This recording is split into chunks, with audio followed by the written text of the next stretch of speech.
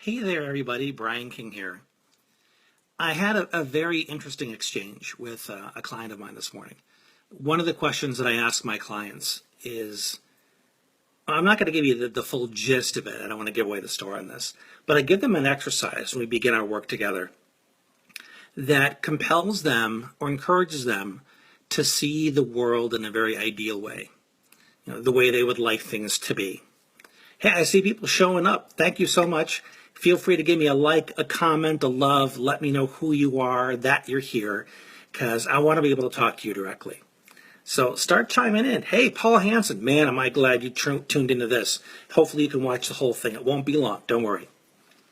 In encouraging my clients to look at life in an ideal way, according to some specific parameters, this client of mine came back with a very interesting perspective. That although it felt great to look at things in a very ideal way, she was also struck by the reality that things weren't that way. And she was kind of frustrated about that. So this is the feedback I gave her, and hopefully it'll be useful to you too. I said to her, well, people are not only where they are in life, they are in this process of becoming. They're on a journey of some sort. We're not quite sure where the journey is going to take them, but we know that they are becoming something. And then I encourage her to think about a tomato plant. I love tomatoes, by the way. So when you come across a tomato plant, it's just a little seedling. It's barely begun. It's got a couple leaves on it.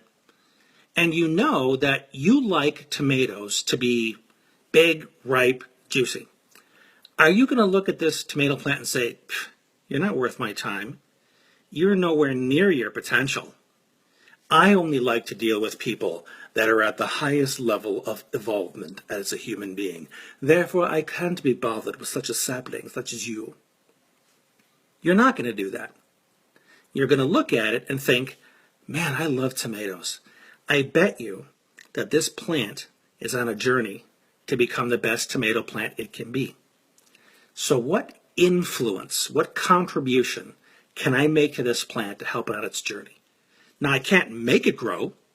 I can't make it become the biggest, ripest, juiciest tomato plant on the planet.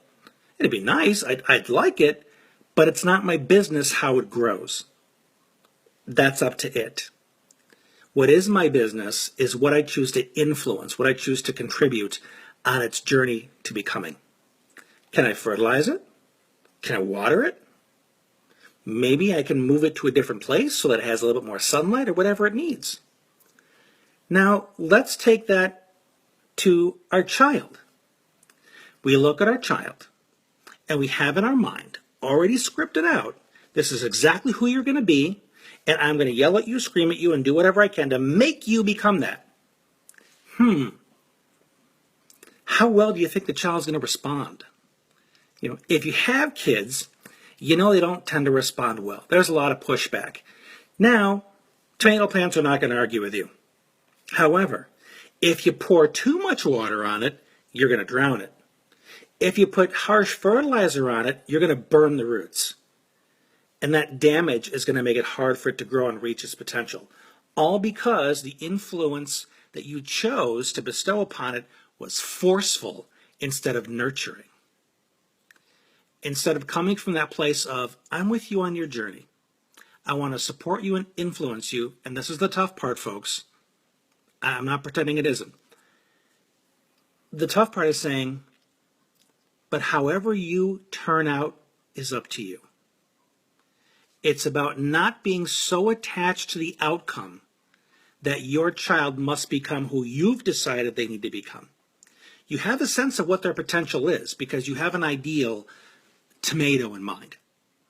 But you don't know what this plant's going to produce. You don't know if it's going to have tomatoes at all. You just know it's in a process of becoming. You are in a position to influence it in a compassionate, nurturing, teaching way, as opposed to trying to force it to be exactly what it is you want it to be. Now, let's say you treated the world like that. You saw all these tomato plants around you, all at different stages of growth, all in that process of becoming whoever they're going to become, whatever fruit they decide to produce and share with the world. Your only responsibility is to say to them, I see you're in a process of becoming. I see you're growing. I see you're on a path. What can I contribute to you? How can I give you water, nutrients, fertilizer? How can I be generous? How can I be helpful? So if you understand those specific things when you're dealing with yourself, strangers, coworkers, your children, they're all on this journey. They're all in this process of becoming.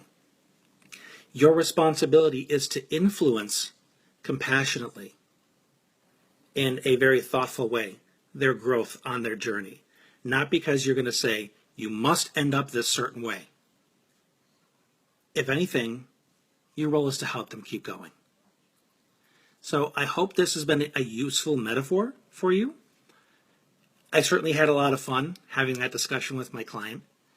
And if this is something you want to explore more deeply, you know I'm here for you. I'm here to help. You can have a conversation with me right in this thread.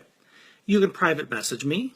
In fact, you can even join me in my group, and I'll put a link right up in the heading here so you can come and join my group as well. And if there's anybody that you feel could really benefit from this message, feel free to share it. In fact, think of somebody particular. Who do you think could benefit most from this? Make sure you share it with them so they can get the best from it as well. Thank you so much, Annie, Wynn, Paul. Thank you so much for tuning in. I really appreciate you being here. And we'll talk again soon.